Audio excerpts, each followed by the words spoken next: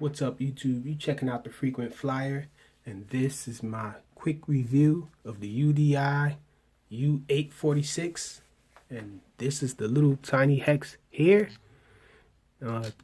Also, we rocking with the back of the box again.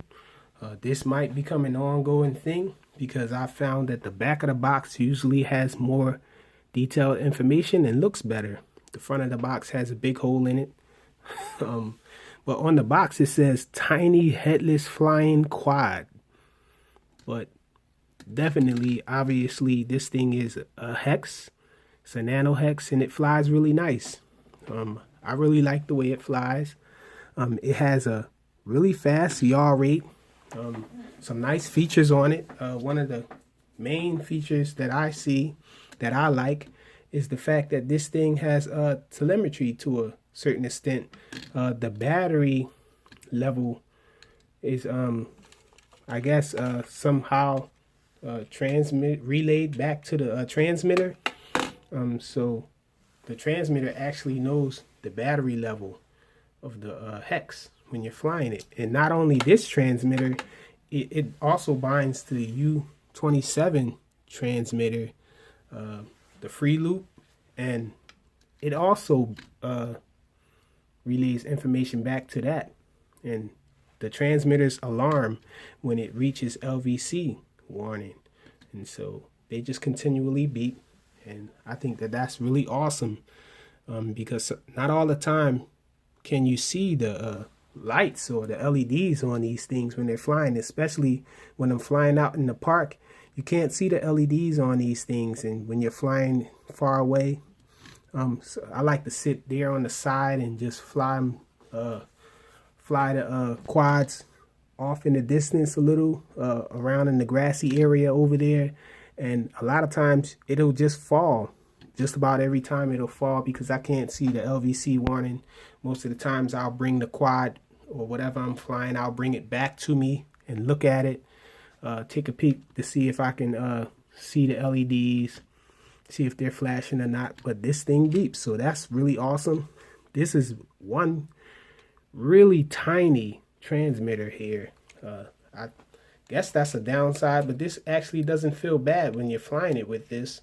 But it's tiny, so those of you who hate tiny transmitters, this is a tiny one. It's the same size as the transmitter for the UDI U839. So it does take 2 AAA batteries though in this transmitter. Back to the hex, this thing flies really nice. It's stable. It has headless mode and 1 key return. The headless mode works surprisingly well on this thing, probably better than just about any other quad that I've flown. What comes close?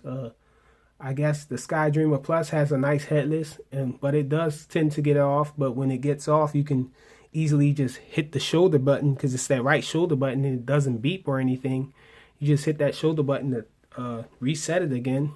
But this thing here, it pretty much holds the heading really well. And this has a really fast yaw rate. The yaw rate on this is faster than any of the other hexes that I've flown. So it's a first of its kind, a hex with a fast yaw rate.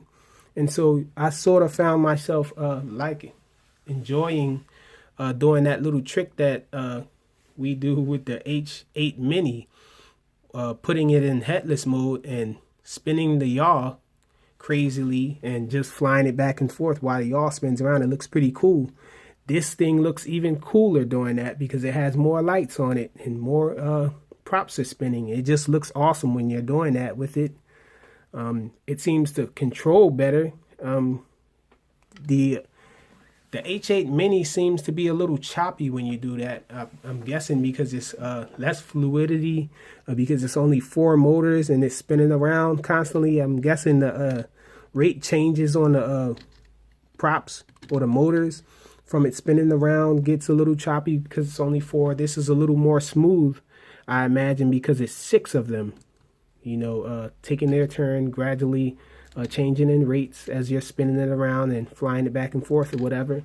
So this thing flies a little more smooth, a little smoother than the the U8, I mean the H8 Mini when it's doing that.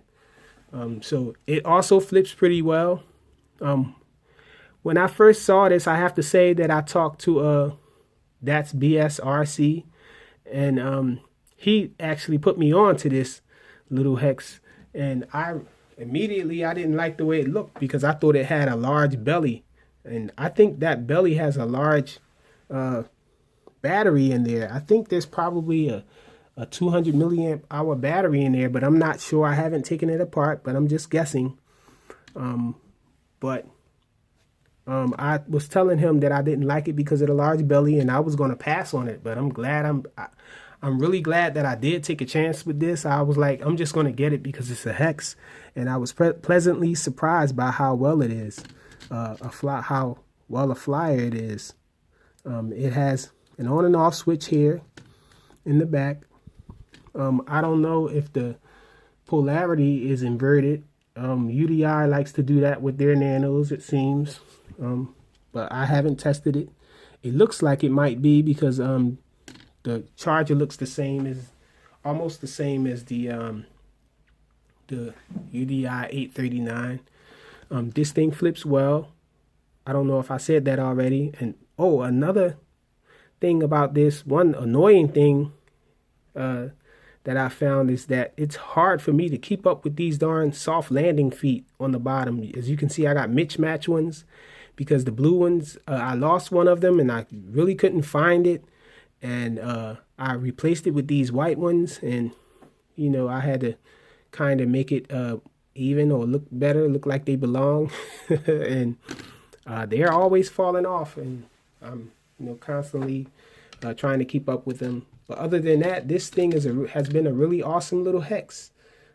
It's not too loud. It's pretty quiet.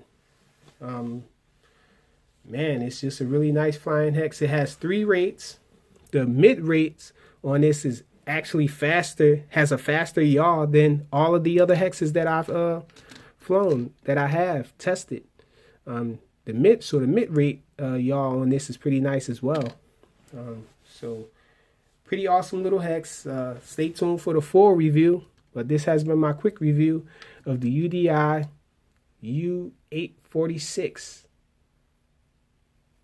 And it has nice LEDs, in case I didn't let you guys know that. Thanks for watching.